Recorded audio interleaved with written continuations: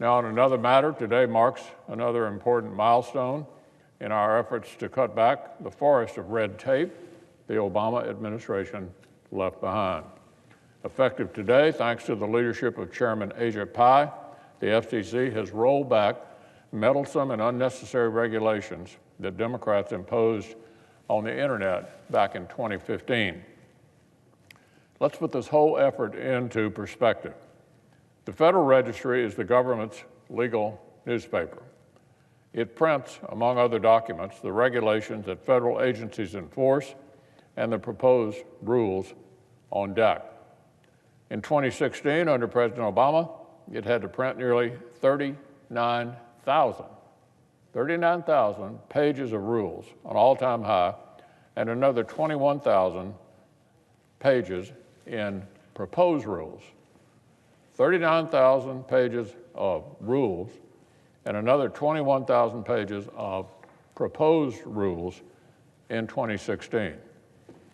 It's hard to wrap your mind around that. 60,000 pages of rules and proposed rules to pile on American workers and job creators. Well, we slashed those numbers in 2017.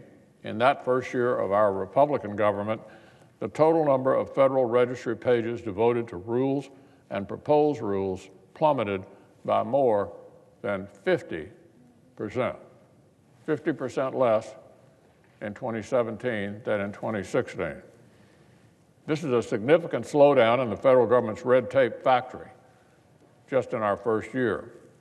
This is part of what we were elected to do: get Washington, D.C.'s foot off the brake, let hardworking Americans and small businesses spend less and less time and energy hurdling obstacles put up by the federal government. The regulatory reform comes on top of the historic tax reform legislation we passed last December.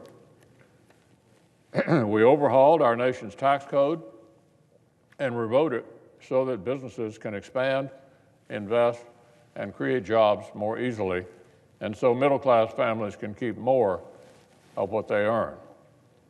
And this 180-degree policy turnaround is helping the U.S. economy rise to its highest heights in recent memory. Today, thanks in large part to tax reform and regulatory reform, more small businesses are saying it's a good time to expand operations than at any point in the last 44 years. In the last 44 years, more businesses are saying it's a good time to expand operation than at any point in the last 44 years. That, Mr. President, represents a 25 percentage point leap in the number of Americans who say now is a good time to find a quality job.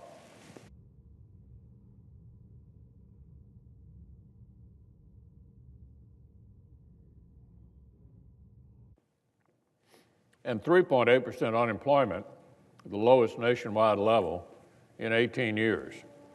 The real roots of this good news aren't here in Washington. Republicans understand that government does not create prosperity. Public policy plays a big part in determining whether the wind is blowing in our faces, the faces of the job creators, or whether it's at their backs. And on that front, the results of this Republican opportunity agenda are literally speaking for themselves.